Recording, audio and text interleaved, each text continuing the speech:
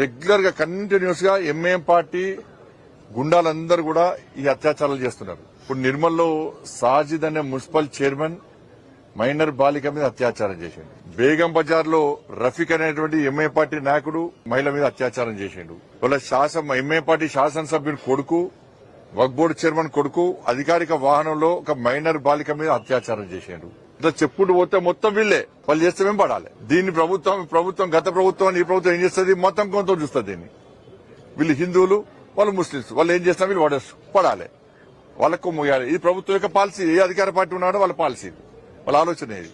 ఈ అత్యాచారాల విషయంలో రెగ్యులర్ గా సుల్తానాబాద్ లో మైనర్ బాలిక మీద అత్యాచారం జరిగింది. నాగర్ కర్నూలులో గిరిజన మహిళ మీద వారం రోజుల పాటు అత్యాచారం చేశారు. ఇదే నాగర్ కర్నూలులో ఇద్దరు రైతు కూలీ మహిళల మీద షాపు యజమానులు కారులో అత్యాచారం చేశారు. ఇట్లా అనేక ప్రాంతాల్లో అత్యాచారాలు జరుగుతున్నాయి మహిళల మీద. కానీ దీన్ని నిర్వహించే ప్రయత్నం పాలకులు చేస్తలేరు.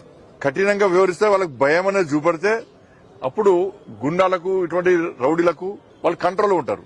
ఏదో సామరస్యంగా దీన్ని ఉంచాలి, దీన్ని బయట తీసుకురావద్దు, దీన్ని క్లోజ్ చేయాలని చెప్పి ఆలోచన ఉంటే దీన్ని కాపాడలేరు. ప్రజలను కాపాడే పరిస్థితి లేదు. ప్రజలను కాపాడలేరు, మహిళలను అసలు కాపాడలేరు. మహిళలను కూడా